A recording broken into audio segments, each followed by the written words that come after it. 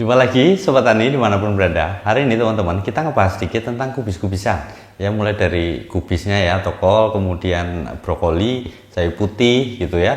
Pokoknya keluarga kubis-kubisan. Nah ini sebenarnya tantangannya ada dua macam, yaitu yang pertama bercak daunnya ya, busuk daun. Kemudian uletnya teman-teman. Karena uletnya bahaya sekali masuk di dalam crop. Makanya kita mau ekstra untuk ngerawatnya.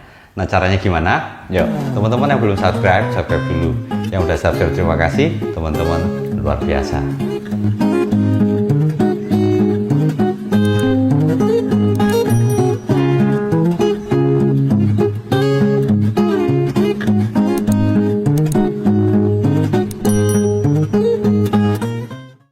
Oke teman-teman ya, jadi untuk kubis-kubisan ini teman-teman kita bagi jadi 4 ya. Pertama persemaian, kemudian persiapan lahan, kemudian pemupukan dan juga pengendalian hama dan penyakitnya ya. Nah jadi ini persemaiannya gimana? Yang pertama teman-teman bikin dulu tempat semaiannya ya. Ini lebar biasa 1 meter lah kita bikin bedengnya ya. Kita bikin bedeng gini. Nah kemudian di bedeng ini kita kasih apa teman-teman? Ini sebenarnya nggak perlu macam-macam kita kasih ya, nggak usah pakai pupuk, nggak usah pakai apa gitu. Teman-teman tinggal bikin bedengnya, aduk, kemudian teman-teman kasih kapur dikit, ya, aduk rata.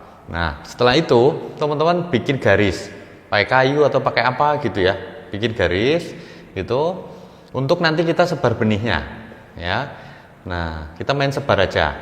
Nah, kemudian benihnya kita perlu apakan, yaitu yang pertama rendam, ya, rendam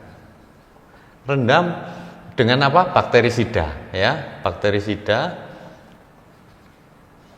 Nah ini untuk mencegah akar gadanya teman-teman. Sebenarnya nggak direndam pun nggak apa-apa, tapi akan lebih baik kalau teman-teman rendam dengan bakterisida. Nggak usah lama teman-teman, 30 menit lah ya, 30 menit. Kemudian dikeringin ya, diangin-angin sampai dia kering. Setelah itu kita campur teman-teman ya, campur dengan karbofuran ya, karbofuran ini misalnya furadan ya, yang dan inilah furadan ya. Nah kita campur sama furadan, diaduk gitu supaya nanti nggak digondolin, nggak hilang gitu loh.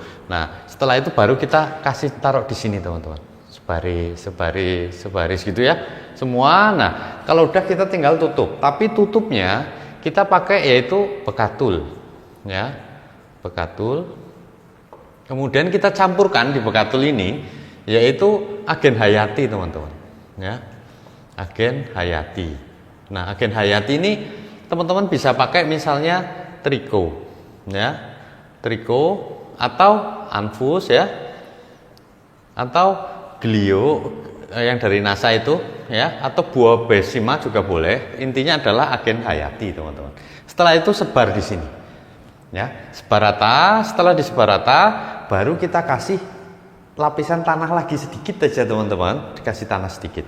Nah jadi nanti di semaian ini begitu akarnya keluar, dia langsung nanti triko sama ininya bisa ada di area perakaran sini, di tanah sini. Nanti jadi banyak teman-teman ya. Nah kemudian perlakuannya apa aja di semaian ini? Yang pertama adalah 7 harian ya, 7 hari 1 kali.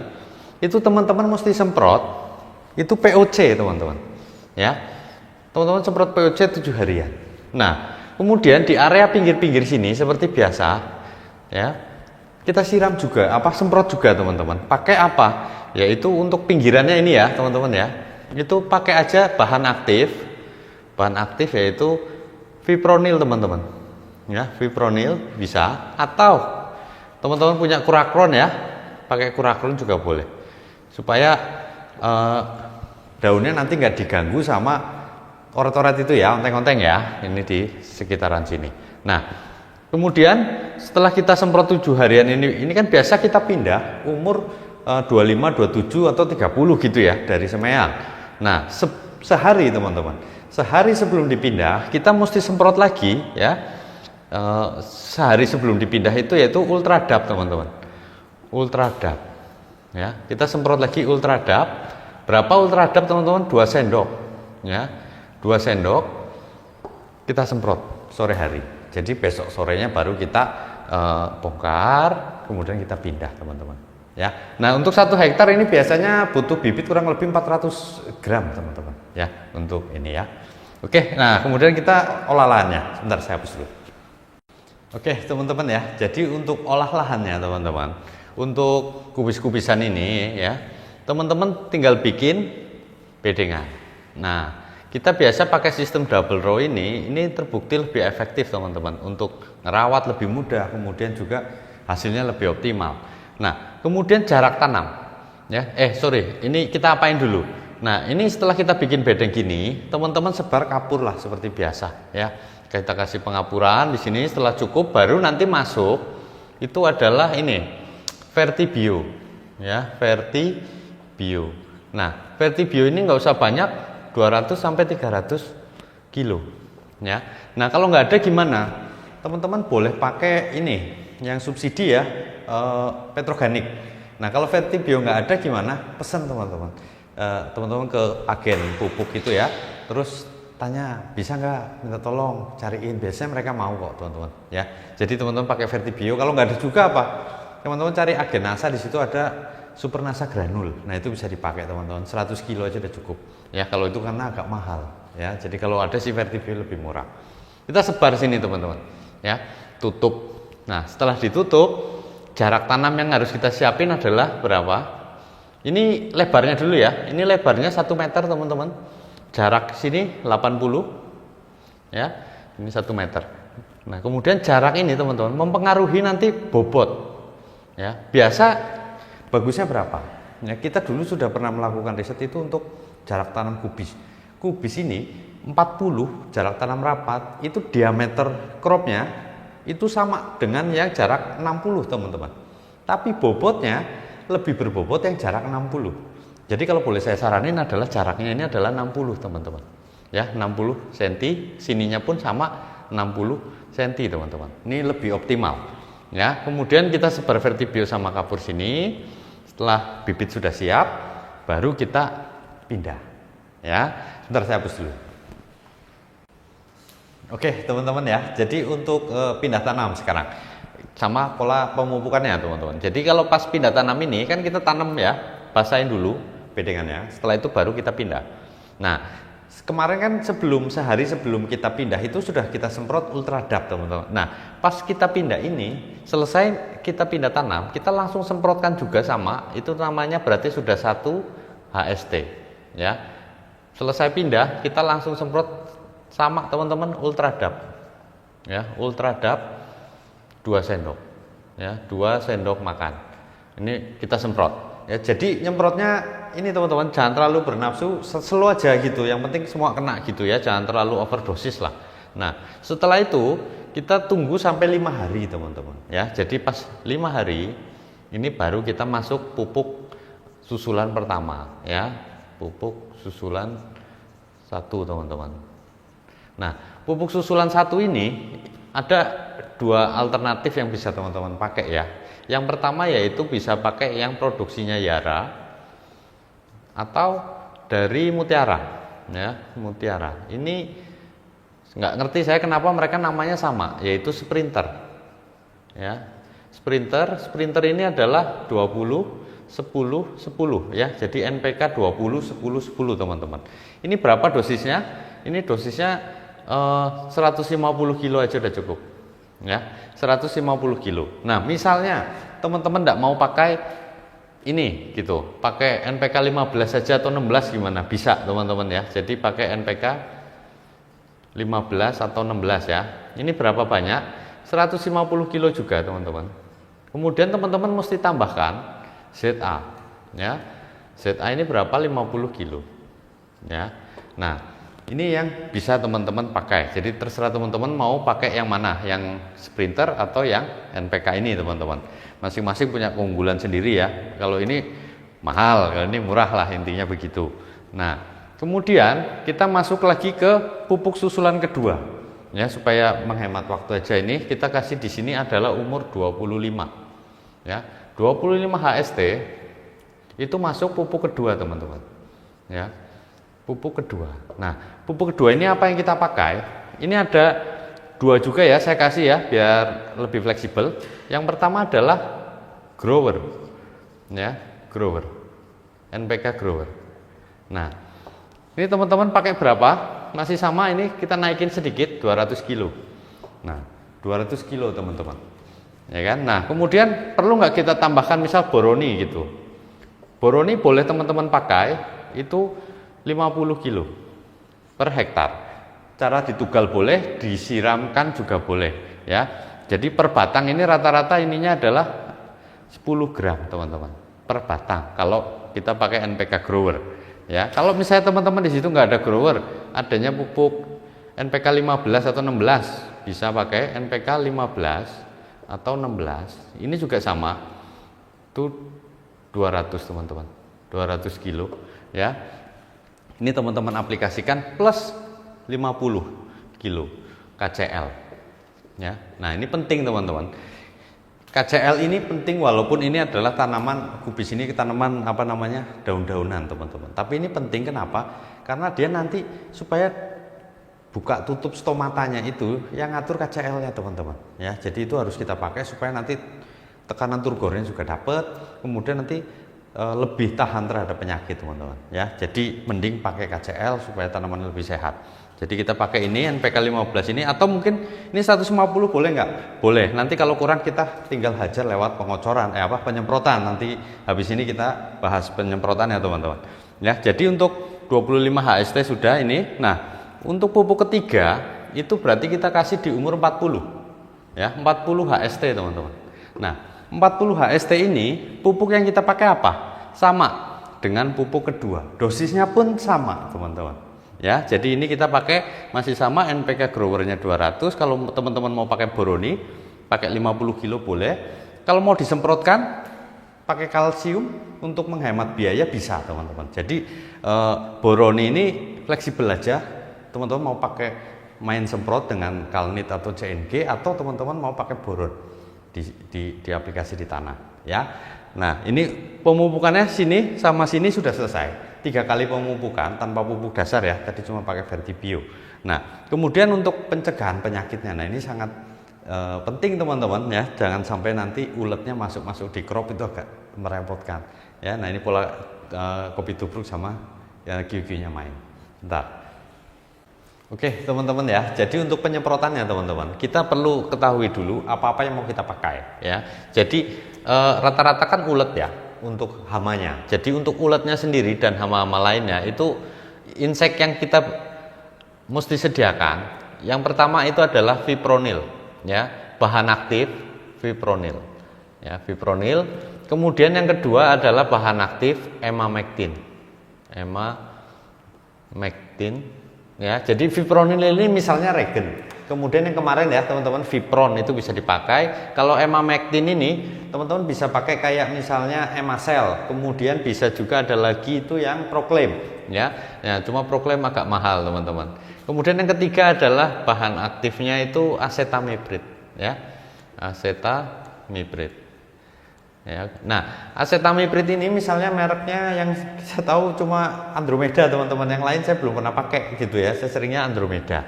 Nah, ini yang acetamiprid, ini mesti teman-teman sediain supaya nanti cropnya nggak diganggu teman-teman, ya. Jadi fipronil, emamectin, acetamiprid. Kemudian untuk fungisida, ya, untuk funginya apa ya? Yang pertama adalah H2O2, hidrogen peroksida teman-teman. Ini penting sekali sebagai fungisida kontak langsung. Jadi biasanya kalau kena bercak hitam, kemudian kena busuk crop, ini bisa langsung sembuh, ya. Tapi kalau udah kena busuk di cropnya ya pasti biasanya agak repot kita buat manennya, pasti nggak bisa ya.